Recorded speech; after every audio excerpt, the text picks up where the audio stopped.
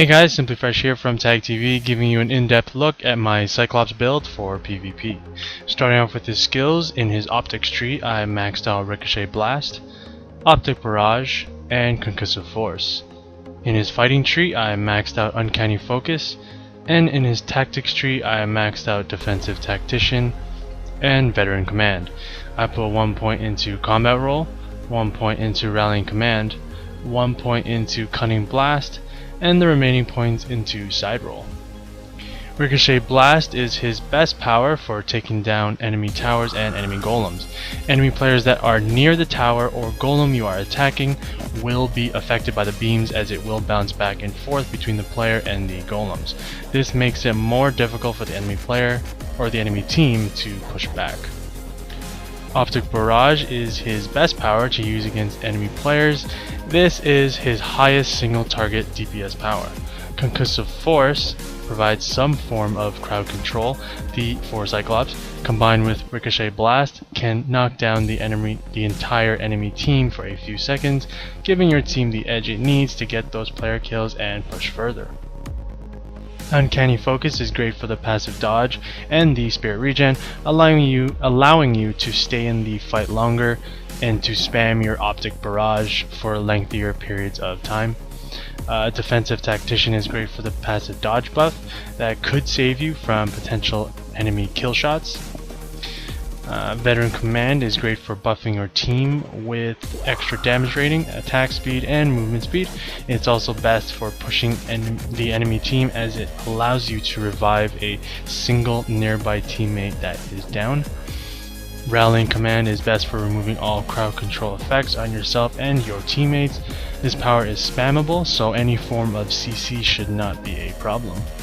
Combat Roll will increase your mobility and help you evade incoming enemy damage. This power is key to keeping your distance from enemy players and to kite enemy players that are melee. Side Roll will increase your survivability, giving you an evasion mechanic to avoid skill shots from enemy players. The dodge buff that it provides will also increase your damage mitigation. Cunning Blast is a great way for kiting enemies that are melee, and also increases your mobility and helps keep your distance. Moving on to his items, I focused a lot on attack speed in order to increase the rate of fire on my Ricochet Blast and Optic Barrage. In PvP, you will be able to increase your damage and crit damage with runestones anyway, so increasing your attack speed will result in a much higher damage output when you combine runestones. For his artifacts, I'm using Ziggurat of Kargul, Zero Gin Crystal, and 2 Meta Sensory Arrays, 1 advanced and 1 regular. The Ziggurat is great for survivability and kiting, and also moving around the battlefield. Zero Gin for the attack speed, of course, and the Meta Sensories for the attack speed, as well as +1 to all powers. For the medallion, I'm using Bullseye. It's great for the crit damage. It's very high, almost 1000, so you'll want that, and of course +1 to all powers. For the relic, I'm using Atlantis to further increase my crit damage. For the rest of the items, you'll want to use anything that gives you +1 or more to your skills and +1 to energy if possible, as well as attack speed, and at least 1 cosmic that gives you invulnerability when you are hit. My gloves actually give me rank 20 timely renewal, so that's a nice bonus in keeping my spirit up during a fight. For the costume grades, you'll want to again focus on attack speed. For grade 1, 2, 3, and 4, you'll get 2, 4, 6, 8% attack speed. However, the cap I find on attack speed is around 30%. Anything after that, you'll get hit with massive diminishing returns. Even with the 10% attack speed runestone, I only get 3% out of it. So 30% attack speed is where you want to be. Right now I'm at 29%, so that's fine. As for the costume core, try to get 1% lifesteal with a 25% medkit affix.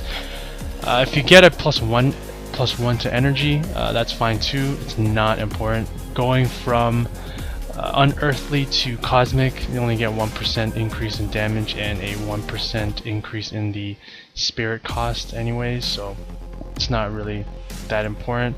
The 25% medkit FX, a lot better, does help you survive, as it does increase the health granted per medkit, so that's very important. And that's something I still need to find. As for the insignia, this one is pretty decent, as it does give my entire team a chance to knock down enemy players, which may result in more crowd control, and that'll allow your team to push further and get those player kills that are needed to win. And finally, the PvP ring. I'm using the signet of Loki. This helps increase my damage against players and gives me a chance to acquire more runestones, which is very, very important. Cyclops excels late game. Early on, he's not that strong, but about 5 or 10 minutes in, once you get 10 stacks of crit damage or 10 stacks of damage rating, and maybe a critical strike runestone and attack speed runestone, then you're pretty much golden. I don't use the active on this ring, as I do have rallying command. This has a 30-second cooldown, which removes all negative conditions, and it does make you invisible. Perhaps the towers, which is not really important, but you can still be seen by enemy players, so that doesn't really help. Rallying command does the same thing, if not better, plus it helps your entire team. And that concludes your in-depth look at my Cyclops build for PvP. If you have any questions or comments, please feel free to leave them in the comment section below. If you'd like to keep in touch with Tag TV, you can subscribe to our YouTube channel, like us on Facebook, and follow us on Twitter. Links are in the description below. Thanks for watching.